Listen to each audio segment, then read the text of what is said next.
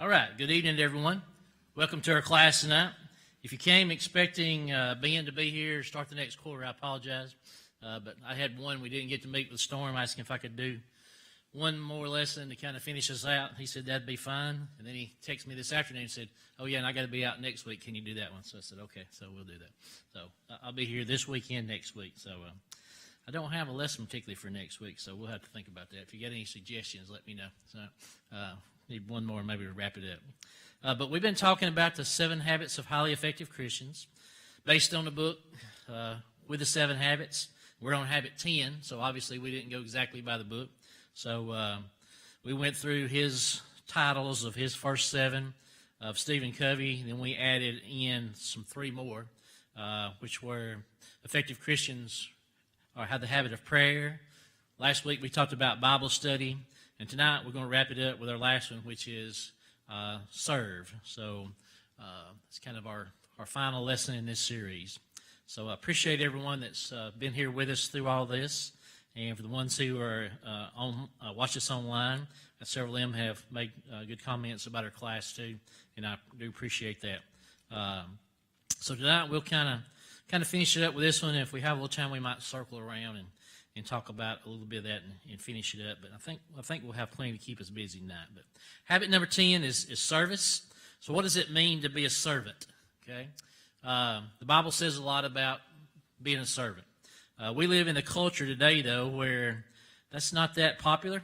Most people are kind of seek their own interests first. If we have time or if it helps us, we might help somebody else, if it helps me. I worked for a guy that one time. He'd do anything in the world for you as long as it helped him, So that's kind of how he was. But he knew that going in. He's all right. But, that's kind of how the attitude we have. I think by nature, maybe humans are kind of selfish creatures. Little kids, when they first get big enough to talk and they play, one of the first things they say is mine. They don't want to share their toys with other kids. That's mine. All right, so maybe that's in us. I don't know. But we like praise, we like honor, we like to be first. Well, I'm competitive. I like to be first. But we have to put that aside. We enjoy being served. In our Wednesday night class we had with Michael, where he talked about the generations. The millennials get all the bad press for being the me generation. But, if you go back a little bit, you find out that really the baby boomers were the first me generation. In the 70s, there were some writings about that by a guy named Wolf and a couple others, and they called the baby boomers the me generation. And they said they were the first, in the 70s especially, where it was all about self-realization, what it could do for me, and all those kind of habits that we got into. Not so much even like the 60s, where it was all about the cause or whatever, the rebels, but, it was more about me. And then the millennials, I called them the me generation. So they were raised by the me generation, so what else are they going to be? So it's our fault, all right? But, that's kind of where we are as a culture, I think, in general, not necessarily a generational thing. I think that's us across the board in our country and across the world for the big part. That's not new. That's something that Jesus had to deal with.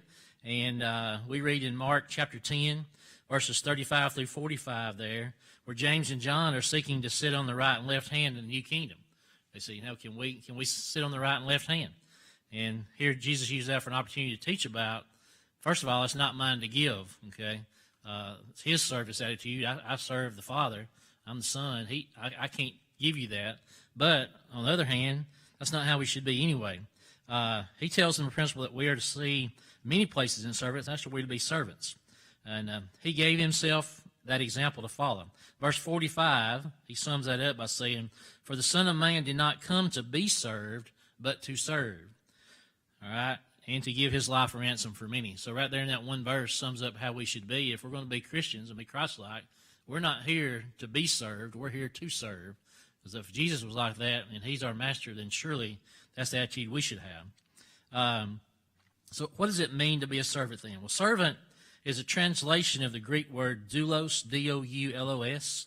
And I'm sure I didn't pronounce that like the Greek people were, but D-O-U-L-O-S. And that word is more literally translated to mean slave or bondservant. And a lot of different translations we see it as servant, but in our culture today, that's really not a nice word to say slave. We don't like to talk about that because of the history of our country and other countries as far as that goes also. But, that kind of carries a negative connotation and kind of offends our modern sensitivities to be called a slave. But in John 8:34, Jesus says, "Truly, truly, I say unto you, everyone who commits sin is a slave of sin." And there that's the context where he's talking about the truth will set you free. And the Jews he was talking to said, "What do you mean set us free? We're children of Abraham. We're never servant to anybody." He says, "Yeah, if you sin, you're a servant to sin. So we're a servant to something. We get to pick what we are a servant or a slave to, but we all are a slave to something. And that can be a servant or a slave to sin, or it can be to Jesus. But we're going to serve one of the two." And then Matthew 6:24, he says, "No man can serve two masters. But either he will hate the one and cleave the other, or he will hold on to one and despise the other." So you can't do both. We can't straddle the fence. All right, we can't be like a politician and say, "Well, I'm going to be this side and this side. Which one's most convenient?" We're going to serve one or the other. Can't serve both. Paul himself said he was a slave to Christ, and there's several other verses in there, and I started listing them. I was like, that's going to take up too much time to list all those, but it's amazing how many different people in the New Testament call themselves slave when they introduce themselves as slave of Christ. So in ancient times, slavery is just like it has been in this country a couple hundred years ago, but slaves were purchased by the master, and they were a slave until either they died or till the master set them free. So that's kind of how we are. But the idea here is that we were bought, but the price we paid, which was Jesus' blood, that he paid for us, was so that we could be free. So some masters, even in our country, they would purchase a slave so that they could set that person free. So, and then sometimes those slaves would choose to stay on because they loved their master so much that I'm going to stay and serve you. Okay, so that's kind of the picture that he paints here as being a slave to Christ, is that he bought and paid for us with his blood, but that price that he paid for us was for our freedom. And he gives us that freedom so that we can choose to either be a slave of sin or a slave of his, of righteousness. So that's the picture here. We talk about it being a slave, although we use the word servant, and that's what our lesson is tonight. Just understand that servant can be translated slave, and really that's a more accurate definition of what that word's meant to be. So our first point tonight is if we're going to do this, if we're going to be a servant to Christ, if we're going to have that attitude to serve, then what's the 3 points we want to make? Well, the first one is that we need to develop the attitude of a servant. And you've probably heard this before, but a little saying that I think I used to have it up on my wall. It says it's your attitude and not your aptitude that determines your altitude. Okay? So what that means is it's how you think about things and not your abilities that really determine how high you go. And that's true of whatever your chosen field of endeavor might be. In business or life or sports or whatever it is, your attitude about it, rather than your abilities, really is what's going to take you so far. Very few people really reach the top of their abilities. I was listening to Sports Talk Radio today, and Alabama, and I'm an Alabama fan, but they got a receiver right now, and if you keep up with that, you may have heard, but he came in as a 5-star, one of the top-rated recruits that they'd ever signed, and he's never been able to crack the lineup. And he evidently has decided to transfer. And that was the news it was all about. And this guy was asking the recruiting expert about him. He said, well, I think he came in with the attitude that I'm this great and wonderful player, and I'm just going to walk in here without doing any work, and I'm just going to be number one. And he said, that's not how it goes. He said it was his attitude that was holding him back from reaching what his capabilities, his aptitude was, so that he could reach the top or be a championship player on a championship team. So that's kind of fits in what we're talking about tonight. But as Christians, it is about our attitude. We got to seek ways that we can serve others, that we can add value to others. And the primary way we do that is to serve them. To develop the attitude of a servant, it takes a determined desire to consider others first. Okay, like I said, I don't think that's natural to us. It comes natural. I think it's natural for us to be self-serving and seek what's good for us. So we have to have that strong desire to serve other people and to act on that. And like we said, we kind of live in a culture where that's not really common. The guy named C.S. Lewis, he talked about humility. He says, humility is not thinking less of yourself, it's thinking of yourself less. So it's not thinking that I'm less than you are, it's just I'm thinking of you before I think of myself. And that's to be that humble attitude that I'm willing to serve. That's what we're looking for. And that kind of got me thinking about politicians. I think it's almost ironical that our politicians are called servant leaders or public servants. I don't know too many of them today that we would classify as a public servant. Okay, they're in there to serve themselves, and they tell you whatever they think you want to hear to get in office, and then they're going to do whatever they can to stay in office and keep that power. And that's why we keep electing new people. The incumbent gets voted out because we're always hoping, well, this next guy we elect, maybe he's going to be in there not to become a career politician, but to be a true public servant and do what's best for us. And I'll preach a little politics. I don't claim to be a Democrat or Republican or independent, I guess independent, but whatever. But I think if our politicians would quit worrying about those two and say I'm an American first instead of a Democrat or Republican, whatever, we get a whole lot more done. Okay, so that's my soapbox for tonight. I'll get off the politics. Okay, but that's that public servant. Do we have that attitude that we want to serve others first?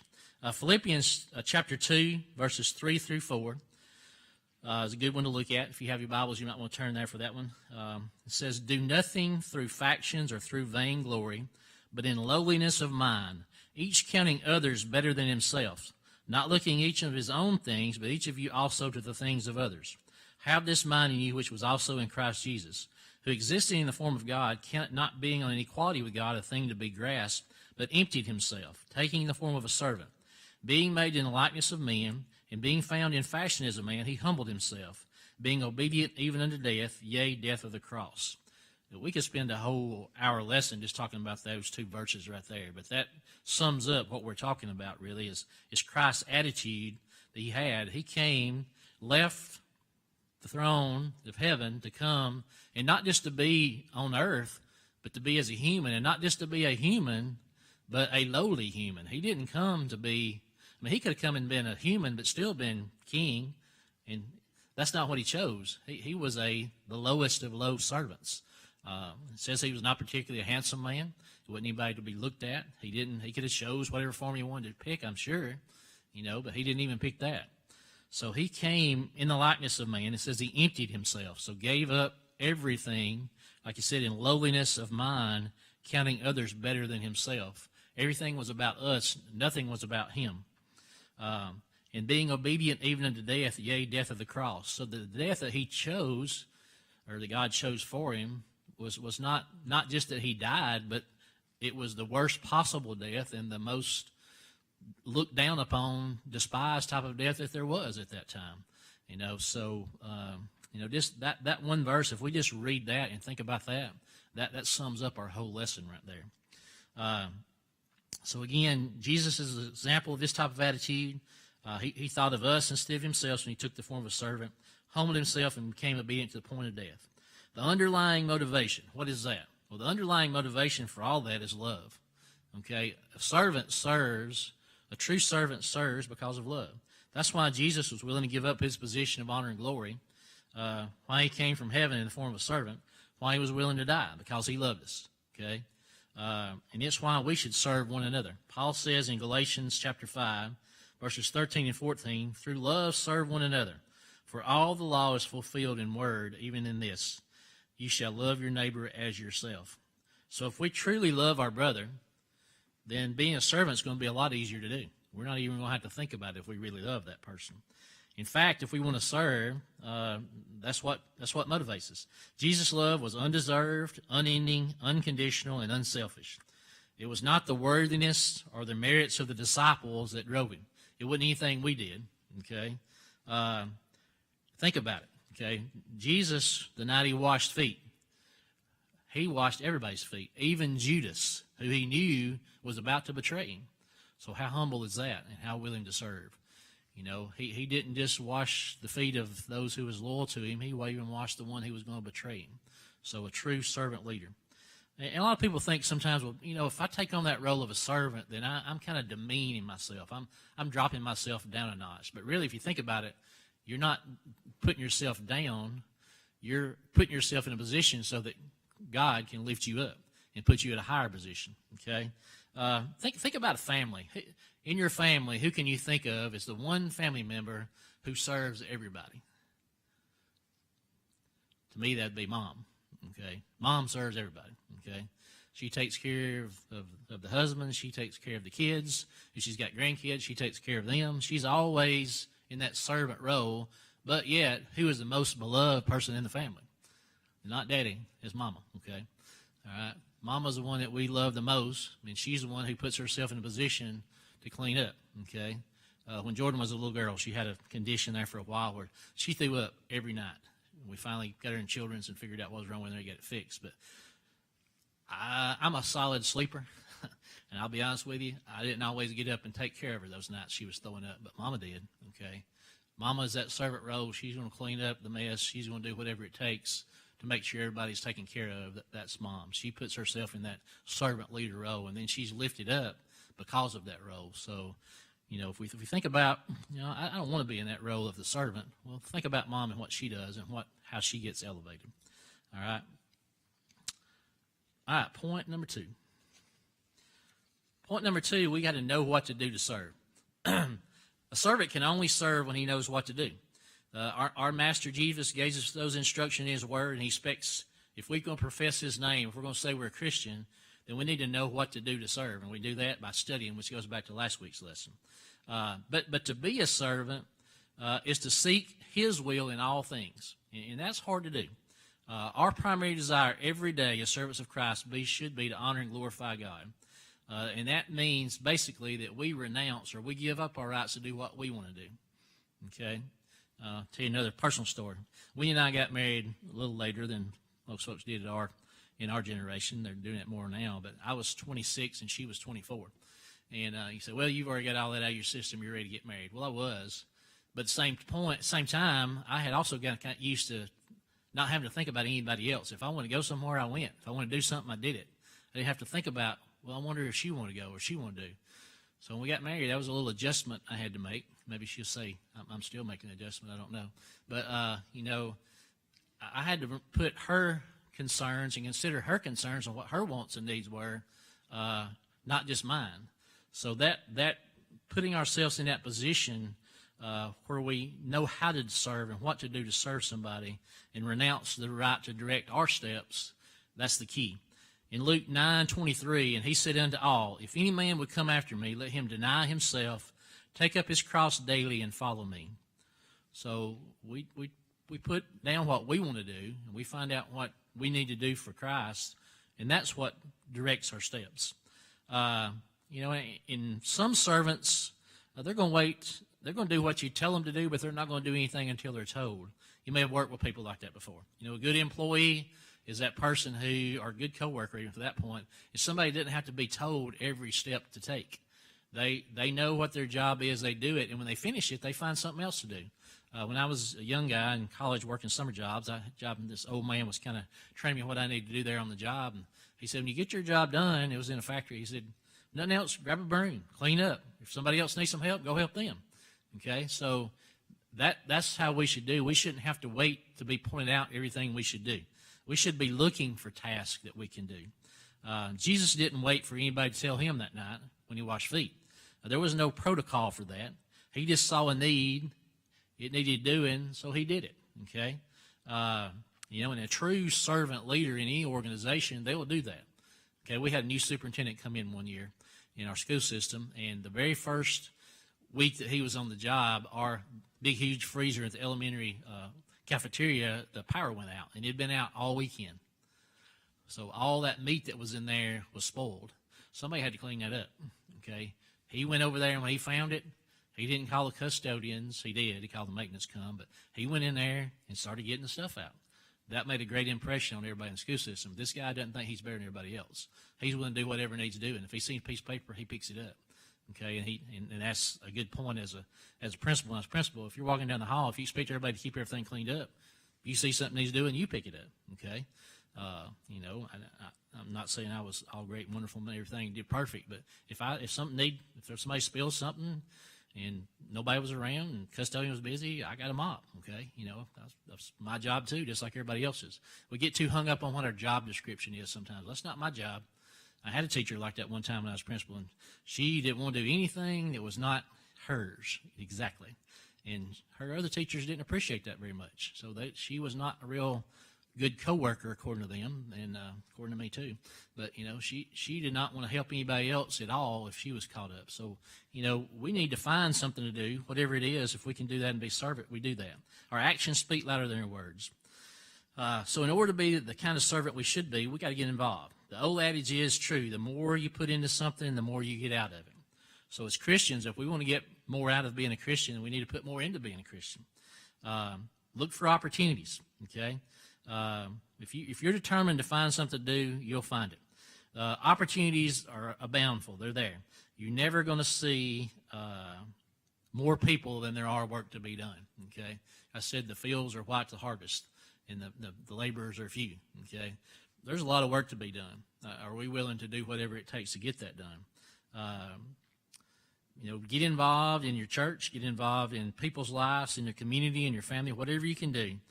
Find some examples there, or some examples of some things you do. We'll talk about that here in just a minute. But Galatians chapter 5, verses 13 says, "But through love, be servants one to another." And that serving can take on many forms. You may have heard the 80-20 rule. It's called the Pareto principle. And it talks about, it's a thing from economics in Italy years ago, but the thing they said then was that 20% of the population of Italy had 80% of the wealth. And that applies to all kinds of other things too. In any organization, I don't care what it is, you'll find that 20% of the people do 80% of the work, whether that's in a church, local congregation, in a business, whatever it is. And sometimes it's 90-10, okay? But that is true that the small minority do the majority of the work. They do it. And it's those people who are willing to do whatever. And usually, if it's your job, like it's always been any job I had, the more you would do, the more they let you do, okay? Now, they find stuff for you to do. I had a teacher today, he was a kid, and he's walking around. I said, "What you up to, Cub?" He said, "Well, I don't really have anything to do right now." He said, "But don't tell principal because he'll find me something to do."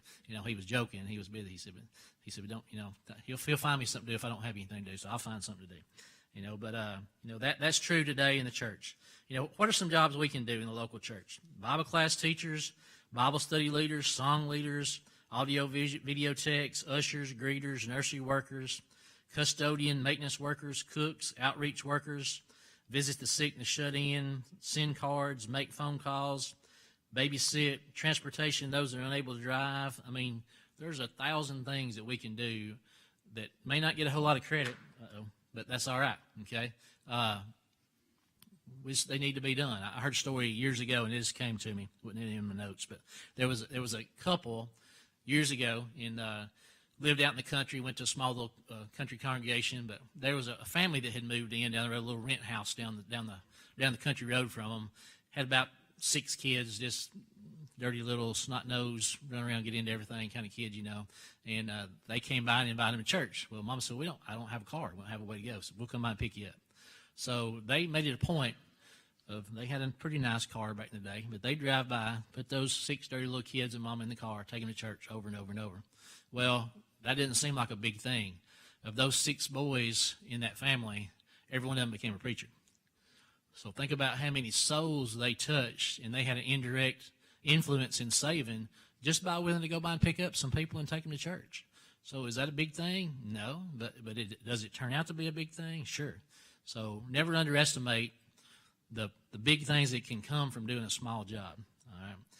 I always thought that one. So according to the Bible, every Christian has been given at least one spiritual gift, and we use that in the service however we can. How do we determine what that is? Well, we try. We don't know what our gifts are until we try, okay? My cousin, distant cousin, some of y'all may not know him. He passed away 2 or 3 years ago, but W.T. Allison, Truett Allison, the preacher at Hamilton for years and years, and was big active in Maywood Camp. But he ended up marrying one of my distant cousins, and And my mother and them always talk about what a great speaker Truett, we call him Truett, WT, but what a good speaker he was. But she said, you should have heard the first time he spoke. She said it was awful. So he was not good at all. He said he was nervous and stuttered and stammered, and he just said it was just not good, But she said, look, he kept at it, okay? He didn't have the talent he had the talent, he just hadn't developed the talent yet. And he didn't know he could do it until he tried. Okay, so we never know what we can do until we try to do something.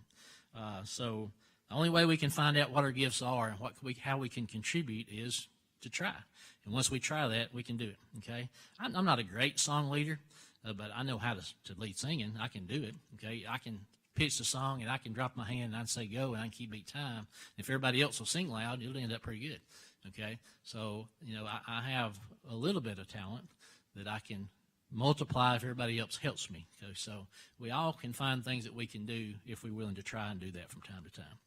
All right, point number 3. Last thing of doing this is what we must do was just do it. Okay, the old Nike slogan. Okay, just do it. Once we know what to do and we're motivated to do it, then just do it. It's not enough to know what to do. We got to actually serve. Sometimes it comes down to the point of having that attitude we talked about a while ago. We may need to know what to do, but for selfish reasons, maybe we just don't want to.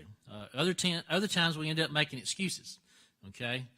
We allow other things to get in the way of our service. How many times have we felt bad knowing that we had something we could have done and we didn't do it? Many times for me. Things that have happened, and I look back and say, well, I could have done that, but I let something else kind of get in the way, something else I was wanting to do or I thought was more important at the time. But if I had to put that aside, I could have helped with that. We procrastinate, we get busy with our own activities. We just don't do it. Not that we didn't love the people or we didn't want to. Sometimes we just don't make the effort. But a condemning verse, okay, hold on. James 4:17. Therefore to him who knows to do good and does not do it, to him it is sin. So if we know what to do and we just don't do it, that's sin. Okay? If we know better, we do better.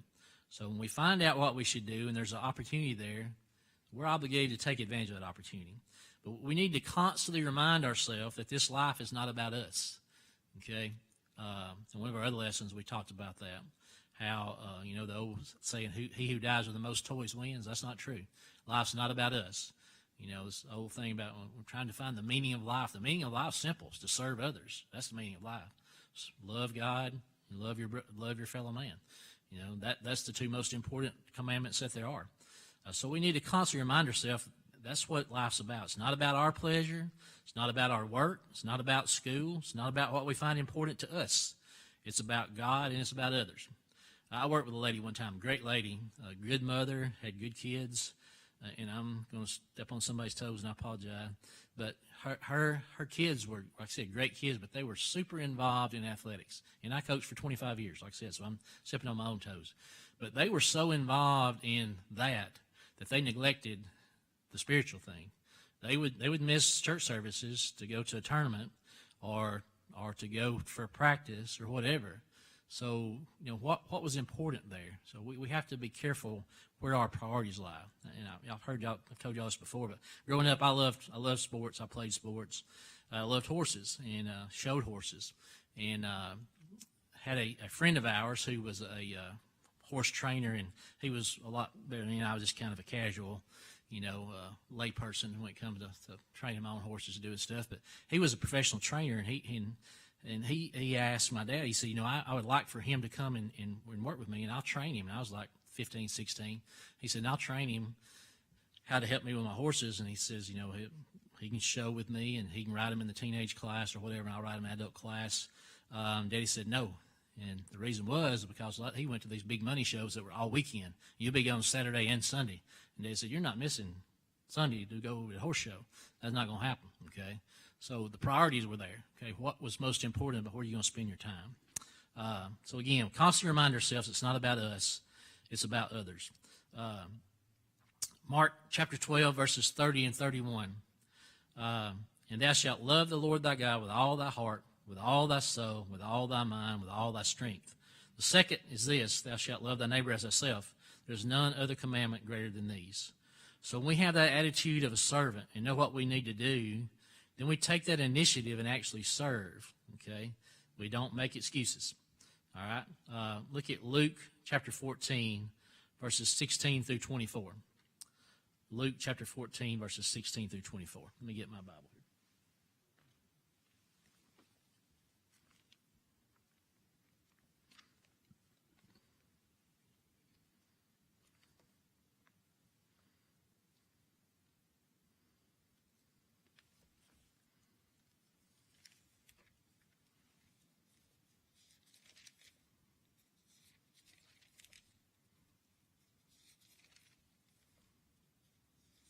All right, I got new contacts a couple of days ago, so I'm still getting used to them, see if they're going to work or not. So let's see if we can read this. Luke chapter 14, verses 16 through 20. And when one of them that sat at meat with him heard these things, and said unto him, Blessed is he that shall eat bread in the kingdom of God. And then he said unto them, A certain man made a great supper and bade many, and sent his servant at supper time to say to them that were bidden, Come, for all things are now ready. And they all with one accord began to make excuse. The first one said to him, I have bought a piece of ground, and I must needs go and see it. I pray that they will have me excused. And another said, I have bought a yoke of oxen, and I approve them. I pray that they will have me excused. And another said, I have married a wife, and therefore I cannot come. So the servants came and shewed his Lord these things. And the master of the house, being angry, said to his servant, Go out quickly into the streets and lanes of the city, and bring in hither the poor, and the maimed, and the hath, and the blind. And the servant said, Lord, it is done as thou hast commanded, and yet there is room. All right, so he goes on down then, and he says, and then it's bidden that those men which were bidden shall not taste my supper. Okay, so point was there, we are invited. Okay, but do we come? When we have these opportunities, do we take advantage of them? He says if we don't do that, then if we make excuse, then we're not going to be invited to taste the supper, which that's going to be heaven for us. Okay, so having that attitude of a servant will totally change the way we view church family and the reason that we belong to a local church. Instead of focusing on what we get out of relationship or out of worship service, we need to focus on what we're putting into it. And we see that many times. I've heard this before. I hadn't heard it in a long time, thank goodness. But somebody will say, well, I just didn't get a whole lot out of that service today. Okay? So, you weren't supposed to get anything out of it. You're supposed to put something into it. Who's supposed to get something out of it? God. The worship service is for him. It's not for us. Okay? We are the performers. He is the audience, not the other way around. And too many of our denominational brethren hadn't figured that out. I even heard one of them say another day about another denomination, well, they're just trying to make a show out of things. They got the rock band up there, and they're all just up there having a big time. They're not there to worship God. That's not the purpose of their whole worship service, and it's true. We had a community church there where we lived at one point, and some of the denominational brethren were getting mad at their own brethren because they were leaving the denomination, going over there to community church. Because I said, we like it over there. It's entertaining. It's fun. You never know what's going to happen. Said Brother Harry was the guy who was preacher there. He said, he may get up one Sunday, he may preach. Another, he may. It's not even. He said, we're just going to let the band play today. What kind of worship is that? Okay, missing the whole point. The point is we're there to worship God, serve Him, sing, pray, glorify His name. Not there for us, for our entertainment. So we're kind of getting that out of whack. And that has hurt Christianity because like it or not, when one Christian group gets a bad name, that reflects bad on everybody who wears that name. So that is the bad part of that. So again, we need to focus on what we're putting into the worship, not what we're getting out of it. We need to focus on helping others. We need to focus on giving God the honor and praise He's due, exhorting our brothers and sisters. We cannot live an effective and fulfilling Christian life without embracing the attitude of being a servant. That's kind of my summation for tonight. Our whole lesson has been, for this whole series, how can I be a more effective Christian? How can I be more Christ-like? How can I make myself a better Christian? And in doing so, how can I make the overall congregation better? And one of those is by being a servant. And part of that is looking for opportunities to serve, being a servant, doing whatever we can to help. And being effective in that way. We need to follow the example of Jesus and serve. We need to ask ourselves every day, who can I serve today?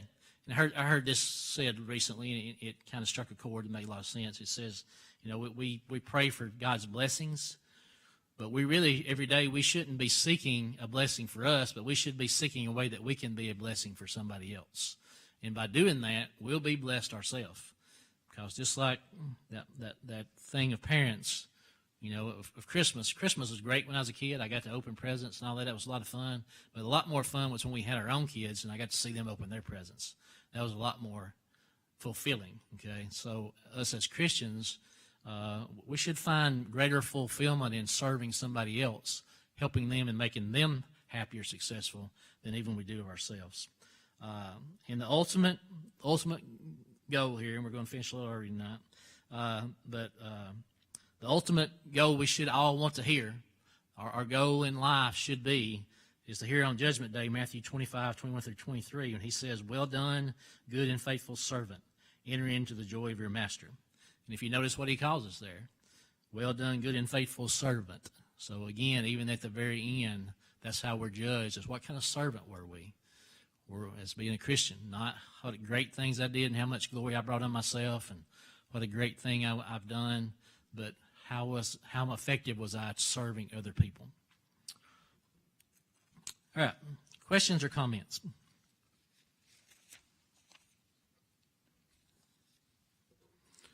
All right, I've enjoyed our series of lessons. I hope you have, and like I've told you many times, I hope you get half as much out of it as I did. If you prepare a lesson, usually you're going to spend, a lot more time preparing it than you do presenting it. On average, it's like 4 or 5 to 1. So if you speak for an hour, you're going to spend at least 4 hours preparing that lesson. So if you spend 4 hours in preparation or something, you're going to get something out of it, okay?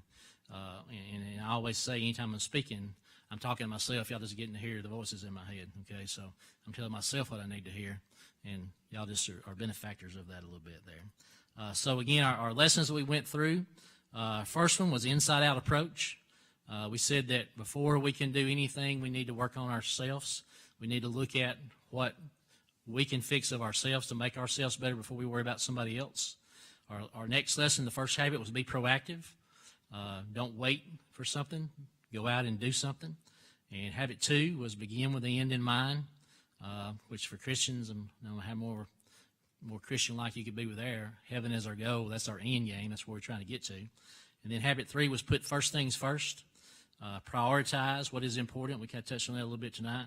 Habit 4 was think win-win situation, where what I can do that's going to benefit you, that's also going to benefit me, which tied in with tonight again.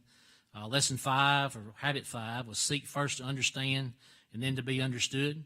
If we're listening to somebody with a point that I want to understand what you're saying, not just waiting for you to get ready through talking so I can make my point. If we're really intent to listen, that we're going to get through to somebody. And then habit 6 was synergize or work together. Habit 7 was sharpen the saw. We have to take care of ourselves. We're the only self that God gave us. We have to take care of that instrument, be sure it's sharp and ready to go. And then our last 3 we got into is to be an effective Christian, we have to have a good prayer life. We have to study, and then tonight we have to have the attitude of a servant. So it kind of sums up what all we've done during this lessons. If you will, bow with me, and we'll pray, and we'll close this out tonight.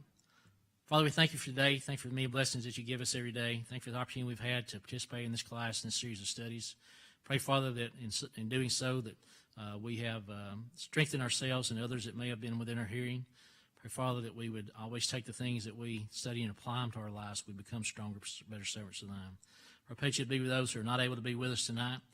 Pray that things that we know that there are things in many people's life that hinder them from being here tonight. Pray that you would take care of those, especially those who are sick, the ones who minister to them, that you would bless them. Father, be with the ones who are in dangerous situations throughout the world, especially in Ukraine, and those refugees, and also be with we're told to pray for enemies. Pray that you be with the Russian people.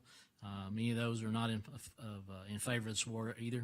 Pray that you would be with them, be with the leaders, that they would make good decisions, that peace might reign as soon as possible. Father, pray that you'd forgive us our sins. We know we fail you every day, but every day we try to do better. And if we always continue that, I hope we have a home with you in heaven some days. Our prayer in Christ's name. Amen. One thing I throw at you here before we go, and y'all mention this, it may be in the bulletin next week, but I've mentioned Mark Posey, who was our preacher at Winfield before I left there. Mark was very involved in Ukraine. He's been going there for like 30-something years. Well, as soon as it was open, after they got the USSR broke up, he started going there and has a relationship with those people, but he got out after all the fighting started, got home, and has been really busy going about, spreading the word about what's going over there, raising funds, and he has had some health issues now. He found out that the last few days he was over there, he had a broken foot, and he was hobbling around on a broken foot. But I guess he's so full of adrenaline, he really didn't slow down and think about that. And then almost 2 weeks ago, a week and a half ago, I guess, Saturday he wasn't feeling real well. He thought, well, I'm just wore down, bug, whatever. Preached Sunday, I'll go to the Dr. Money. Went to Dr. Money, they put him straight in the hospital, said, you had a heart attack Saturday. So they put a stent in. So he's doing really well from that now, but his goal is to go back to Poland here in a couple more weeks and take some aid with him as he goes back over there. And he can't go across the border, but I think he's going to go to the border is his plan. But the congregation there has kind of served as, because of him, as kind of a hub to gather funds. And I think I talked with those folks there last weekend, and they said they had received over $300,000 worth of aid just in that one spot to carry back. So people have really been supportive of the Christians that are there and the things they're going through. But continue to pray for those people. Pray for Mark that he'll be regain some health so he can go back and continue to help the people he's been working with. So in your prayers this week, please keep that in mind. So just wanted to throw that out there before we get out tonight. But thank y'all very much, and y'all have a good afternoon.